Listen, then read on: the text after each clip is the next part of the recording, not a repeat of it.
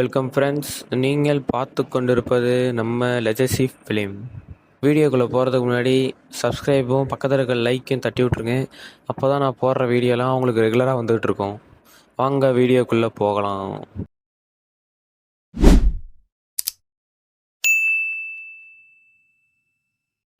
இந்த கதை 3 எச்சரிக்கையிலேருந்து ஸ்டார்ட் ஆகுது.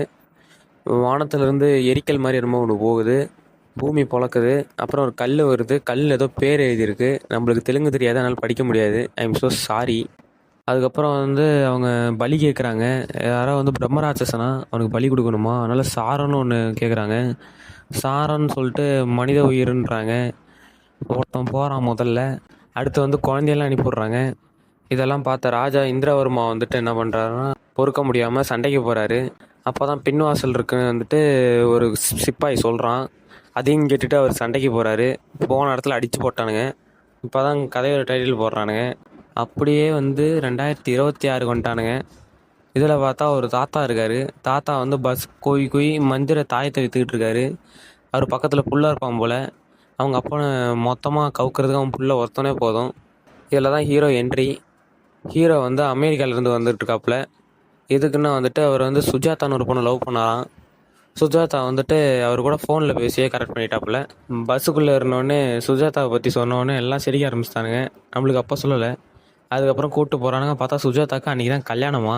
இதெல்லாம் பார்த்த ஹீரோ மனசு வெறுத்து தப்பில்ல. அதுக்கப்புறம் அந்த பொண்ணை மயக்கணும், சூனியம் வைக்கணுன்ட்டு ஒருத்தனை கூப்பிட்டு போகிறாங்க ஒரு பொண்ணுக்கிட்ட.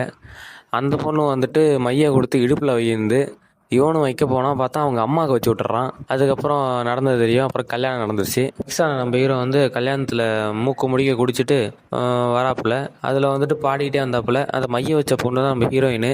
அவள் வரா, நல்லா பேசுகிறா, நான் இருக்கேன் அப்படி இப்படின்றா. அவங்க அப்பங்காரன் கூப்பிட்டு போயிடுறான். ஹீரோ போகும்போது தெரியாமல் இந்த கோட்டைப்பாத்தில் போயிடுவாப்புல. கூப்பிட்டு போயிடுறான். ஹீரோ போகும்போது தெரியாமல் இந்த கோட்டைப்பாத்தில் போயிடுவாப்புல. குடிச்சிட்டே அங்கே போனதில் அங்கே போய் மயங்கி ஊந்துருவாப்புல. காலையில் எழுந்துச்சி பார்த்தா மேலே ஒரு சட்டை இருக்கும். அந்த சட்டையில் ரத்தக்கரை இருக்குமா. அதனால் பார்த்து ஹீரோ தான் கொலை பண்ணிட்டான் அப்படின்ட்டானுங்க. அன்றைக்கி நைட்டே மொதல் அறிவிப்பு வந்திருக்கும். மேலே எரிக்கல் போயிருக்கும். இதை பார்த்து அந்த ஊர் தலைவருக்கு ஒரு பயம் வந்திருக்கும். காலையில் விடியுது. விடிஞ்சோடனே போலீஸ் ஹீரோவை தட்டி எழுப்புறாப்புல. ஊர் மக்கள்லாம் வந்துடுறாங்க. அப்புறம் போலீஸ் கேஸ் ஃபைல் பண்ண போகும்போது ஊர் தலைவர்கிட்ட கேட்காம எங்கடா போகிற அப்படின்னு மக்களுங்க சொன்னாங்க. அதனால் திரும்பி தலைவர்கிட்ட கூப்பிட்டு போகும்போது அவன் லூஸ் மாதிரி பேசுகிறான். 30 சவுக்கடி கொடுத்துட்டு பாஸ்போர்ட் விசெல்லாம் வாங்கி வச்சுக்கிட்டு செத்தவன் பொண்டாட்டிக்கு நம்ம தினம் 100 ரூபா 150 ரூபா தரணும் போல் அப்படின்னு இது போட்டு விட்டுறான். அவள் தினம் காசுன்னு உயிரை வாங்கிட்டு இருப்பாள் ஹீரோவை. அப்படியே நாள் போகும். ஹீரோ அப்போ அந்த கொலை நடக்கும்போது பக்கத்தில் ஒரு தாத்தா இருந்திருப்பார். அந்த தாத்தாவுக்கு தெரியும் அவன் கொலை பண்ணலை அப்படின்ட்டு அந்த தாத்தாவை பிடிச்சி நினச்சிட்டு இருப்பான். அந்த தாத்தா பார்த்தோன்னா பீர் பாட்டில் சரக்கு பாட்டில் கேட்டுட்டு இருப்பார். அந்த தாத்தா சரியான போதகையாக இருப்பார் போல். அப்படியே போயிட்டு இருந்தா ஹீரோயினும் லவ்ஸ் பண்ணுற ஆரம்பிச்சாங்க. ஹீரோயின் ஹீரோவுக்கு நான் அப்படியே வழிகிறாங்க. இதை பார்த்தா ஹீரோ அவனை லவ் தான் பண்ணுறா அப்படின்னு கண்டுபிடிச்சிடறாப்புல. அப்படியே பார்த்தா 3வது அறிவிப்பும் வந்துடுது. ஊர் தலைவர் ஜோசியர்கிட்ட போகிறாரு. அது யாரும் இல்லை, ஹீரோயினோட அப்பா. அவர் என்ன சொல்கிறாருன்னா, கிழக்கு பக்கம் இருக்கிறதுலேருந்து ஒரு ஆள் எடுக்கணும், கல்யாணம் ஆகாத ஆளுன்றாரு. அதை அப்படியே குழுக்கள் மாதிரி எடுத்துகிட்டு போகும்போது பார்த்தா அந்த தாத்தா வந்துடுறாரு. இதை பார்த்தா நம்ம ஹீரோவுக்கு மனசு கேட்கல, வயசானவரை கொல்ல போகிறாங்களே அப்படின்னு. இதை அப்படியே பார்த்த உடனே தாத்தா வீட்டுக்கு போயிட்டு தாத்தாவை கடத்தலான்னு போகிறாரு. தாத்தாவை கடத்தலாம் போனால் தாத்தா மட்டையாக இருக்காரு. சரக்கு வாங்கி தரேன் தாத்தா அப்படின்னு கூப்பிட்டு போகலான்னு பார்த்தா ஊருக்காரனுங்க வந்துடுறானுங்க. அப்புறம் தாத்தாவுக்கு சடங்கு அதெல்லாம் செஞ்சு கூப்பிட்டு போகும்போது தாத்தா இறந்துடுறாரு. உடனே ஊருக்காரனுங்க பயப்படுறானுங்க. தலைவர் என்ன சொல்கிறாருன்னா, நாங்கள் 2வது ஆளை ஃபிக்ஸ் பண்ணி வச்சுருக்கோம், அவனை தான் போட போகிறோம். ஒரு குண்டை தூக்கி போடுறாரு.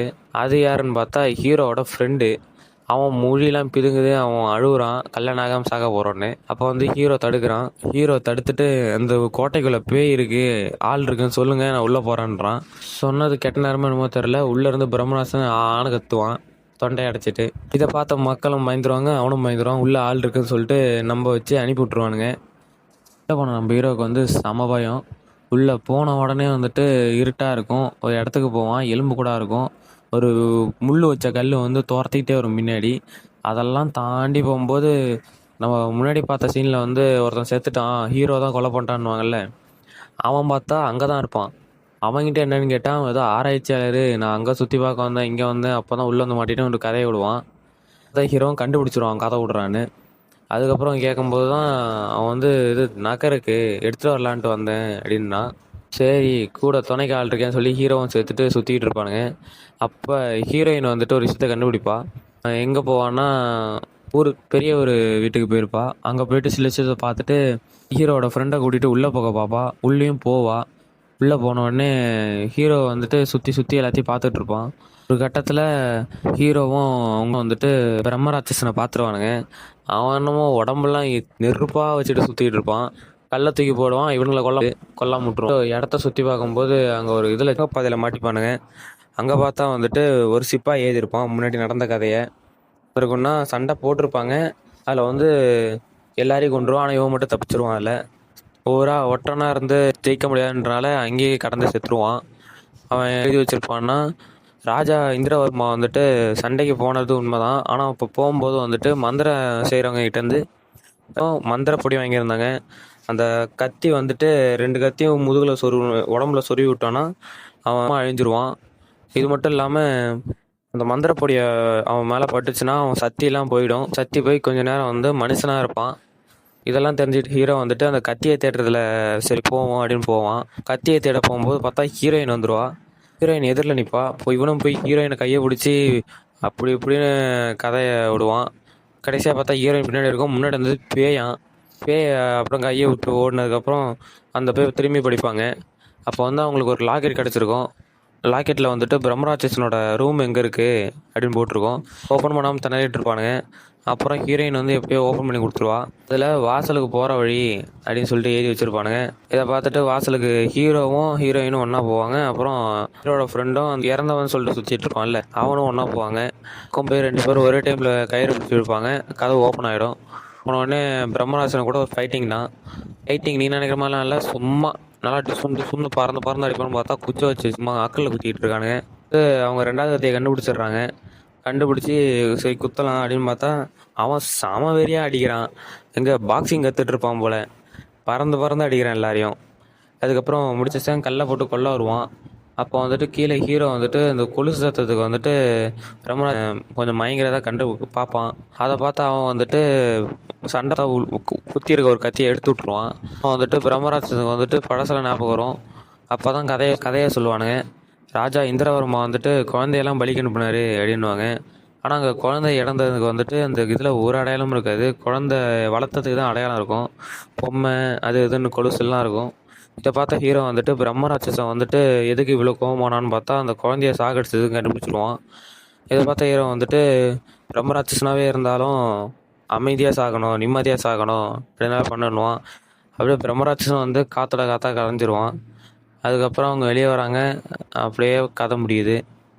அவ்வளோதான் ஃப்ரெண்ட்ஸ் இந்த படத்துக்கு நீங்கள் எவ்வளோ ரேட்டிங் தருவீங்கன்னு கமெண்ட்டில் சொல்லுங்கள். அது மட்டும் எந்த படத்தை பற்றி பேசலான்னு மறக்காமல் கமெண்ட் பண்ணுறேங்க. தேங்க்யூ வாட்சிங்.